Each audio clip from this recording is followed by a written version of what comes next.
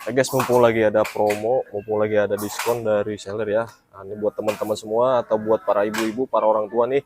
Kalau misalkan anaknya lagi sakit, demam, batuk, pilek ya. Ini rekomendasi banget nih.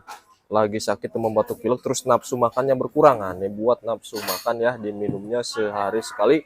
1 sendok teh untuk di atas umur 2 tahun ya. Yuk, coba buruan dicek di keranjang kuning kalian. Harganya dapat berapa ya.